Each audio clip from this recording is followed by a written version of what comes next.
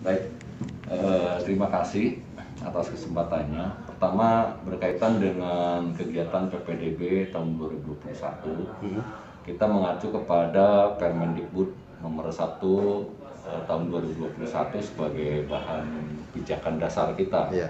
Yang kemudian kita tindak lanjuti peraturan itu dengan Perbuk nomor 29 tahun 2021. Nah, beberapa step yang kita lakukan, pertama mulai besok itu kita sosialisasi dengan seluruh satuan pendidikan kaitan dengan pelaksanaan PPDB 2021. Karena kita ingin memulai kaitan dengan program digitalisasi sekolah. Nah, kita ingin memulai untuk tahun ini dengan PPDB online. Kita bermitra dengan Telkom yang besok akan secara teknis dijelaskan bagaimana tata cara pelaksanaan PPDB online. Mudah-mudahan dengan cara itu, pertama sekolah maupun masyarakat diberikan kemudahan dalam proses penerimaan peserta didik baru di tahun yang sekarang. Itu juga kita menganggap sangat penting bahwa dengan PPDB online ini menjadi jawaban untuk menghindari kerumunan, sehingga masyarakat dengan gadgetnya bisa mendaftarkan langsung ke sekolah yang dituju, maupun juga satuan pendidikan tidak berbondong-bondong untuk mendatangi sekolah untuk mendaftarkan anaknya. Itu sekilas kaitan dengan perencanaan kita di PPDB online. Kalau aturan-aturan lain kita masih hampir sama dengan proses PPDB tahun sebelumnya, yaitu di jalur zonasi, afirmasi, perpindahan orang tua, dan prestasi.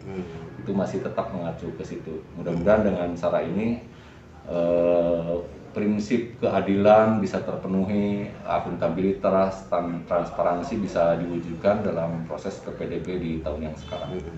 Pak, terus kemudian mengenai teknis untuk bisa melakukan ataupun menggunakan aplikasi PPDB, Ya. mungkin tutorialnya gimana itu, Pak?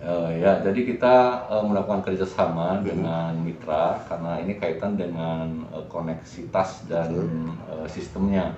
Maka kita menggandeng Telkom. Sudah beberapa kali kita melakukan konsolidasi dengan mereka, kesepakatan juga dibangun yang nanti akan ditindaklanjuti besok. Itu di hari Selasa akan ada sosialisasi kaitan dengan teknis proses PPDB online yang langsung sebagai narasumbernya dari pihak Telkom sebagai mitra dalam proses PPDB online. Terus kemudian Pak, mengenai jumlah, biasanya kan tahun sebelumnya kan itu jumlah kuota masing-masing rombel di SMP itu kan berbeda-beda, dan saya ketahui itu ada pembatasan maksimal 35 siswa ya Pak. Nah, sering terjadi kecemburuan sosial dengan tingkat jumlah yang berbeda-beda, itu bagaimana Pak? Jadi Permendikbud kita mengatur kaitan dengan maksimal rombel yang harus diterima oleh satuan pendidikan itu kalau di aturan kita 10 rombel itu maksimal. Itu mudah-mudahan ini juga dipatuhi oleh sekolah, ya kan gitu.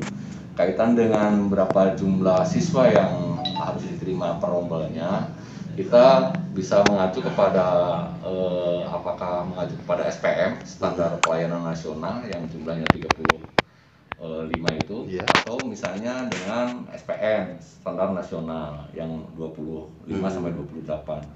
Ini kapasitas ini kan tergantung dari kebijakan sekolah. Yang jelas adalah sandaran aturannya ada di situ di Permendikbud kaitan dengan apakah sekolah itu mengacu ke SPM atau standar nasional atau SN, standar nasional. Pak, terlepas PPDB online Pak, ini juga bicara durasi, apakah mesti mengikuti online atau memang langsung aja Pak? Kita masih Radius itu tuh Pak maksudnya. Ya, kita masih cukup fleksibilitas. Yang jelas adalah bagaimana kita mendorong usia sekolah lanjutan itu harus bersekolah. Itu intinya.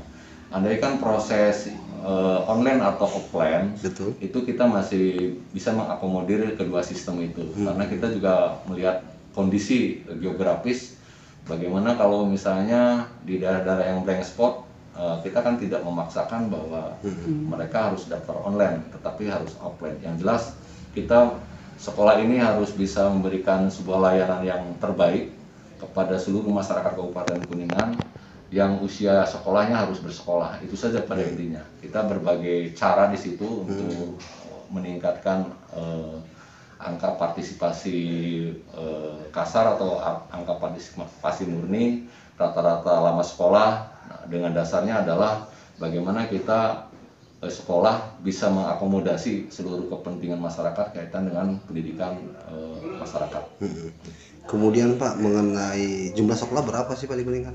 Jumlah sekolah untuk SMP negerinya itu 71, ditambah SATAP ada 8, ada 29 swasta dan ada 4 SMP terbuka. Itu yang sekolah setingkat sekolah menengah pertama yang ada di Kabupaten Kuningan. Kemudian untuk jumlah siswa berapa Pak? Yang tahun lulusan yang sekarang itu, kalau jumlah keseluruhan kita hampir sekarang ini di angka 39.000 sekian siswa keseluruhan siswa SMP negeri swasta. Nah, untuk yang lulusan ini diprediksikan sekitar 13.000 kelas 9 ini yang nanti akan mengikuti ujian sekolah. Pak, mengulas tentang blank spot itu Pak, di Kuningan memang berapa titik Pak yang mengalami blank spot?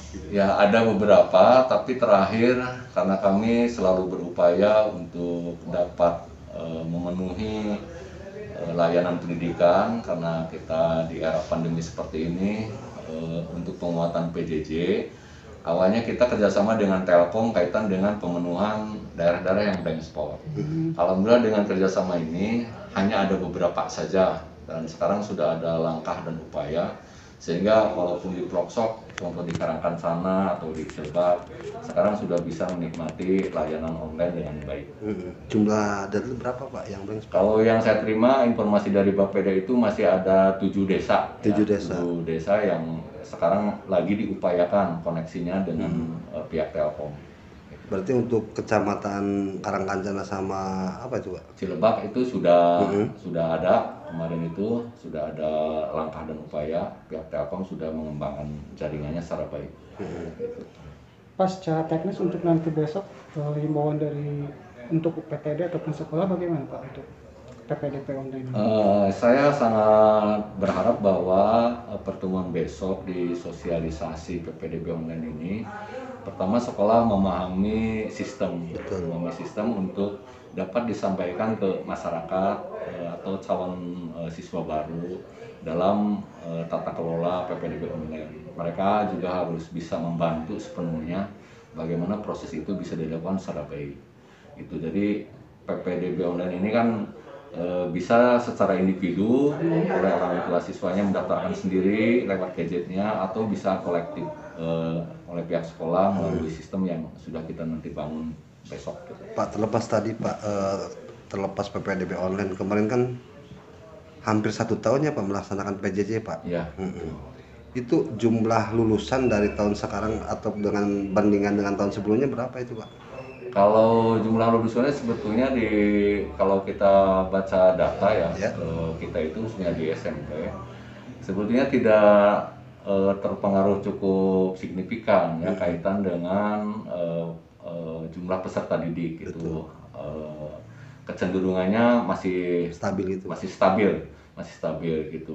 Yang justru yang kita khawatirkan itu adalah di prosesnya, karena sekarang PJJ gitu kan mungkin hasilnya tidak akan semaksimal pada saat tatap muka. Itu yang lagi kita upayakan sebenarnya. Kalau dari kepesertaannya sih masih stabil. Kita tidak ada laporan untuk anak-anak putus sekolah sampai hari ini. Mereka tetap tercatat sebagai siswa satuan pendidikan dan mengikuti semua prosesnya. Siap. Terima kasih Pak.